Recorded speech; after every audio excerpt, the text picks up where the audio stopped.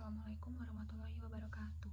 Perkenalkan, nama saya Jan Sabena Herianto dari kelas 4L dengan NIM 11112403999. Pada video ini saya akan membahas tentang pemerintahan daerah di Indonesia, meliputi pengertian, struktur, contoh urusan, serta pelaksanaan otonomi daerah.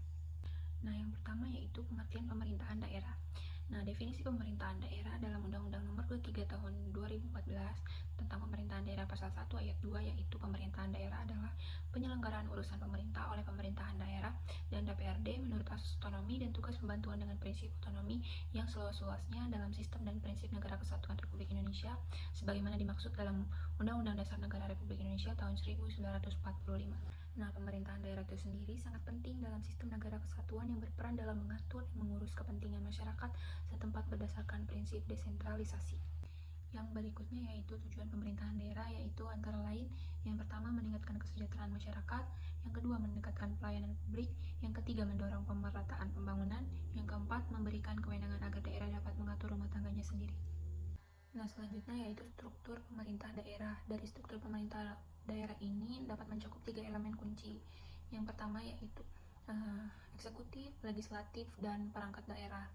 Nah, yang pertama itu eksekutif itu kepala daerah seperti gubernur, bupati, dan atau wali kota yang memimpin jalannya pemerintahan daerah. Yang selanjutnya yaitu legislatif yang terdiri dari DPRD. Tugasnya itu membuat peraturan daerah, menyusun anggaran, dan melakukan pengawasan. Dan yang terakhir yaitu perangkat daerah meliputi dinas-dinas, badan, dan lembaga teknis seperti dinas pendidikan dan dinas kesehatan. Nah, koordinasi dan kolaborasi antara berbagai unit ini menjadi krusial untuk mengoptimalkan pelayanan kepada masyarakat. Namun, tantangan dan dinamika tidak dapat dihindari dalam struktur organisasi pemerintahan daerah.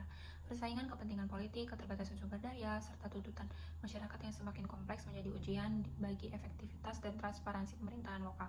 Oleh karena itu, melalui pemahaman yang mendalam tentang struktur organisasi ini, diharapkan kita dapat bersama-sama membangun pemerintahan daerah yang lebih responsif. Nah, selanjutnya yaitu contoh urusan yang dikelola oleh Pemda.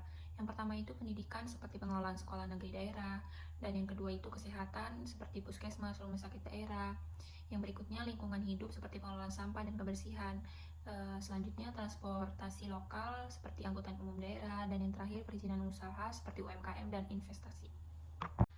Nah, yang berikutnya yaitu pelaksanaan otonomi daerah.